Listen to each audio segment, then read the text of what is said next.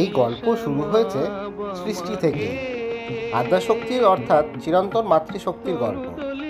কিন্তু 1915 সালে কলকাতার এক তরুণ বৈদ্য অন্নদাচরণ ভট্টাচার্য, যিনি পরে পরিচিত হন অন্নদা ঠাকুর নামে, হঠাৎই অদ্ভুত সব স্বপ্ন আর দর্শন পেতে থাকেন। কখনো দেখেন 4টি মেয়ে কালী মূর্তি বহন করছে রাস্তায়, কখনো এক সন্ন্যাসী তাকে বলছেন মাথা মুন্ডিয়ে গঙ্গায় স্নান করতে। রাগে উত্তেজিত অন্নদা ঠাকুর আপত্তি করলেন, কিন্তু পরের স্বপ্নে এলেন স্বয়ং শ্রী রামকৃষ্ণ। তিনি আদেশ দিলেন, যাও ইডেন গার্ডেনে যাও, যেখানে নারিকেল গাছ আর পাকুড় গাছ একসাথে জন্মেছে সেখানেই মায়ের মূর্তি খুঁজে পাবে। আর সত্যি সেই পুকুরের তলায় তারা পেলেন এক অলৌকিক কৃষ্ণশিলা মূর্তি, সম্পূর্ণ অক্ষত, চোখে রত্নখচিত দৃষ্টি। এভাবেই আদ্যা মায়ের আবির্ভাব।